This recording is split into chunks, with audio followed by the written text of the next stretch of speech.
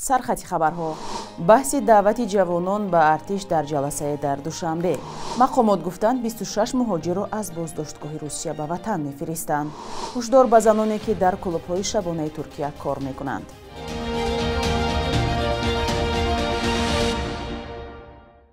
روز بخیر بیننده‌های عزیز، امیدوارم خوبید و برنامه نوید بامدادی را تماشا دارید که از دوشنبه تقدیمتان می شود. امروز 28 سپتامبر است.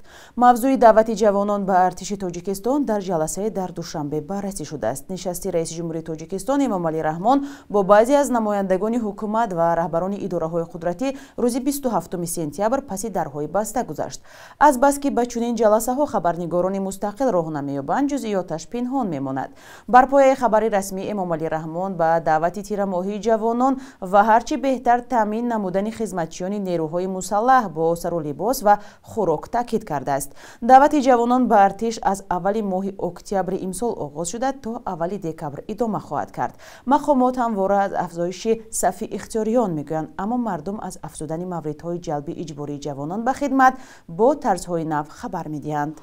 26 نفر شهروندان تاجیکستان از بازداشتگاه موقتی شهروندان خارجی ولایت ولادیمیر روسیه به وطن برگردانیده می شوند. در این باره نمایندگی وزارت مهنت، مهاجرت و شغل اهالی تاجیکستان در روسیه خبر داده است.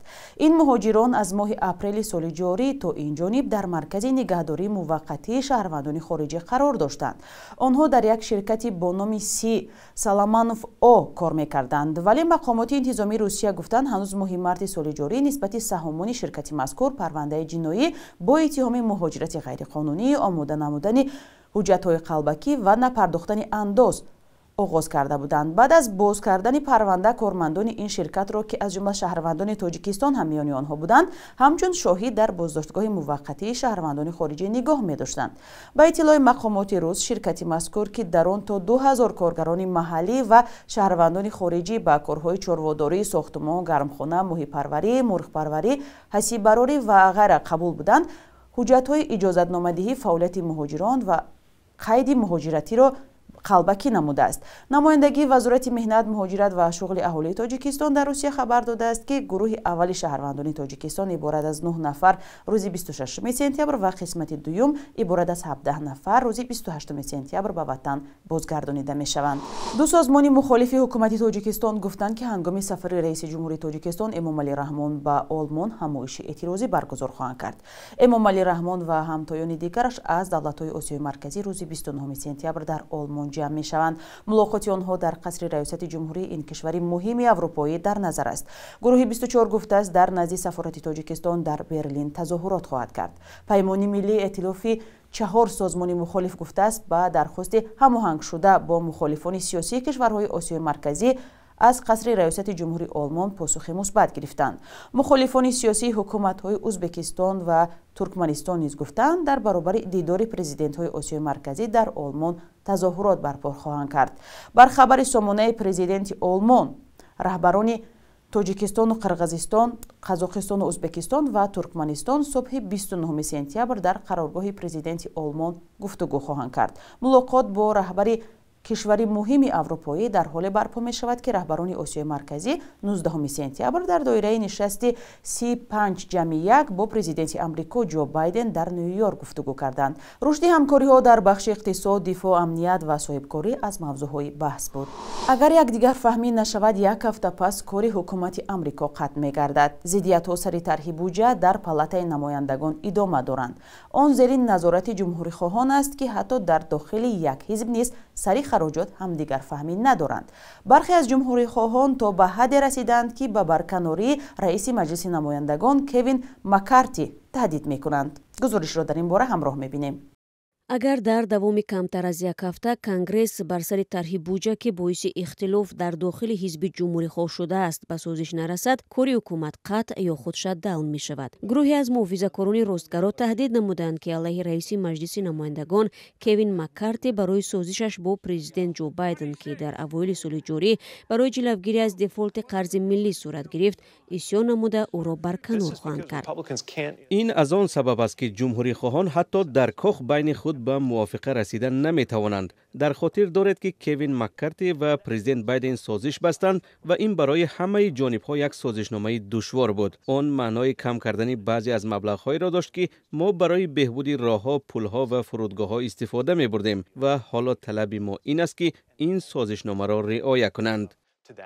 گروه جمهوری خواهان که اعضای حزب نظارت کننده در مجلس نمایندگان هستند می‌خواهند خراجات داخلی و این چنین پشتیبانی امریکا از اوکراین در جنگ دوامدارش با روسیه کم کرده شود. پرزیدنت بایدن هفته گذشته رئیس جمهوری اوکراین ولادیمیر زلنسکی را پس از سخنرانیش در مجمع عمومی سازمان ملل متحد در نیویورک در کاخ سفید پذیرفت. بایدن وعده داد که از اوکراین پشتیبانی می‌کند. مردم اوکراین به مبارزه در پیش ساده آماده هستند و ایالات متحده در بر شما خواهد بود. مکارتی با مبلغ 300 میلیون دلار سرمایه گذاری نمودن اوکراین را همچون یک بخشی از خراجات حربی به بررسی پالاتای نمایندگان واگذار کرد. اما در گمان است که این پیشنهاد به جناح رستگارا پسند آید.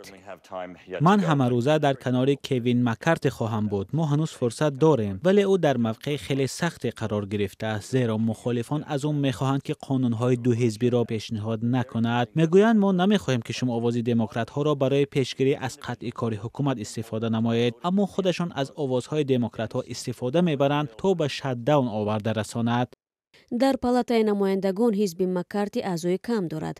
تنها 5 نفر از جمهوری خواهان کافی است تا همه قانونی را که اکثریت طرفداری نمودند خلل دور کنند. اگر قانونگذاران حتی سری طرح مبلغ گذاری کوتاه مدت به موافقه نآیند، از ساعت 12:01 یکم اکتبر کاری حکومت قطع می شود. قانونگذاران در واشنگتن روز سه‌شنبه بار دیگر تلاش خواهند کرد که از قطع شدن کاری حکومت جلوگیری نمایند. کنسولگری گенرالی ازبکستان در شهر استانبول از شهروندان کشورش از جمله دختران و زنان دعوت کرده است که در طربخانه‌های شبانه ترکیه به حیث پیشخدمت کار نکنند. به همه معلوم است که دخترانی که مشتریان را در قمارخانه‌ها سرگرم می‌سازند خلاف رسم و آیین ملی و دینی ما است. به همه شما توصیه می‌شود که قانونگذاری کشور اقامت را رعایت کنید. از جای‌هایی که شخصانی که می‌توانند جان و سلامتی شما را در خطر گذارند دوری جویید. آمده است در اظهارات کنسولگری. منبع گفته است شخصانی که به چنین فعالیت‌ها جلب می‌شوند از ترکیه اخراج خواهند شد. بنا به اطلاع سامانه قلمپیر-اوز در حال حاضر در ترکیه بیش از 300,000 ازبکستانی کار زندگی میکنند. بخش یک روز تاریخ تقدیمتان می شود که مهمترین تحولات تاریخی 28 سپتامبر را فرا میگیرد.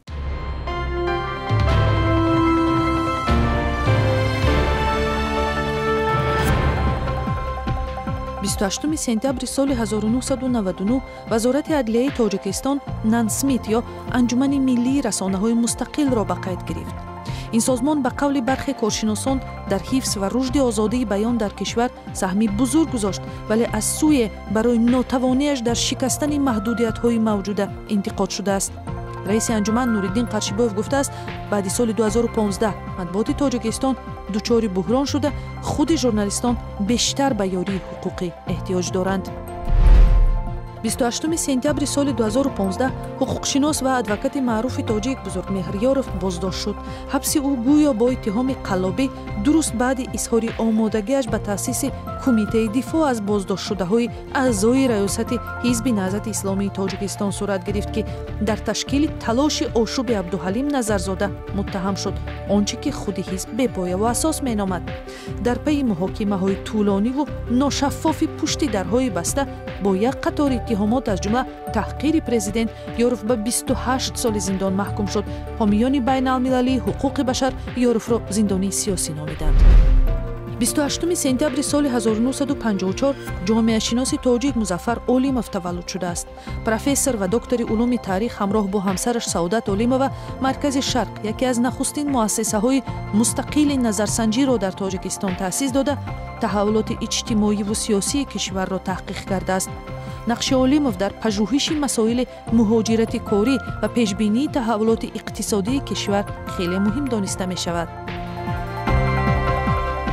امروز 28 سپتامبر قرب روبل روسی تا 30 درم پایین رفته است. 1000 روبل روسی با 113 سومونی و 50 درم برابر شده است. بر اساس قربی تعیین کرده بانک ملی تاجیکستان 100 دلار آمریکایی برابر به 1095 سومونی و 100 یورو به 1154 سومونی عوض می شود.